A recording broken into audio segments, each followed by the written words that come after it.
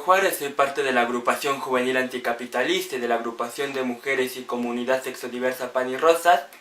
Y bueno, la idea de crear este canal es sí para hablar de música, de arte, de cultura, de cine, etcétera, pero también poder hablar de lo que vivimos día a día los que somos parte de la comunidad sexodiversa, como la violencia y discriminación a la que nos enfrentamos en los centros de trabajo, en las escuelas, en las calles, incluso en nuestras propias familias. Aparte de poder hablar sobre la historia del movimiento de la diversidad, no solo en Stonewall, en Estados Unidos, sino también en México, en otros países y otras épocas. Y bueno, ¿por qué el gueto? ¿O qué es un gueto? Los guetos a lo largo de la historia es aquella situación de marginalidad y aislamiento a la que se tiene que enfrentar un grupo de personas o se han enfrentado, ya sea por cuestiones políticas, religiosas, raciales, incluso por orientación sexual e identidad de género. Por ejemplo, si nos vamos a la Segunda Guerra Mundial, en la época del nazismo, en los guetos o campos de concentración no solo había judíos, sino también había presos políticos, incluso personas de la diversidad y cualquier otro sector que se saliera de la norma que querían establecer en ese momento.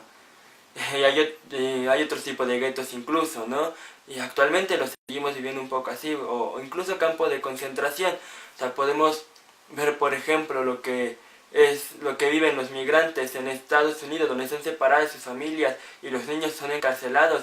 Incluso como el ejemplo de Chechenia, donde la diversidad por todas las políticas homofóbicas han sido desaparecidos, asesinados en ese país.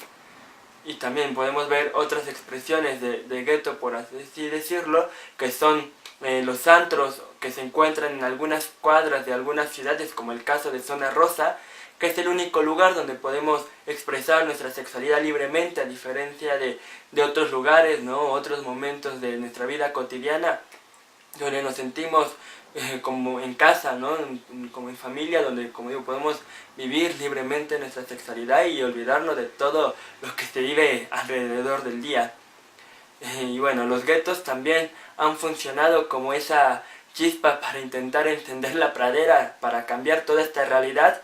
Y por ejemplo, regresando de nuevo a la Segunda Guerra Mundial, el gueto de Varsovia, donde las masas de trabajadores y de todos los que estaban ahí en ese gueto se enfrentaron, a pesar de la diferencia armamentística y de tecnología, al ejército nazi por alrededor de varios días, dando una gran batalla, incluso impidiendo que el nazismo pudiera entrar en un cierto periodo, ¿no? Incluso si nos vamos a Stonewall, ahí en esos guetos donde la comunidad podía vivir ahí, fueron las mujeres trans, los transvestis y todos los sectores que vivieron marginados porque fueron excluidos de la sociedad, porque los corrieron de sus casas, se enfrentaron durante varios días en una revuelta contra las razzias policiales, incluso para poder luchar por nuestros propios derechos y la visibilidad que deberíamos de tener, ¿no?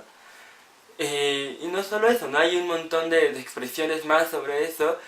Y bueno, la diversidad no solo ha salido a las calles a pelear por nuestros derechos, como ya mencionaba el ejemplo de Stonewall, sino también al lado de un montón de sectores más para intentar cambiar esta realidad, porque entendían que aliándose con trabajadores, con mujeres, estudiantes, podíamos dar una lucha de conjunto para poder acabar con todo esto, ¿no? Un ejemplo fue el Mayo francés, ¿no? Donde ahí estuvo la diversidad.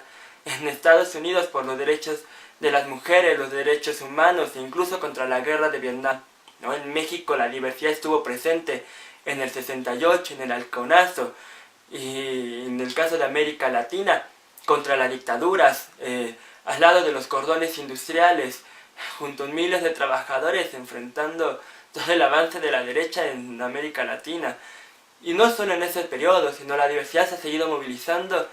En el caso de México fue parte de las movilizaciones por Ayotzinapa, contra las reformas energéticas, por el acceso irrestricto a la educación, ¿no? Y en otros países lo mismo.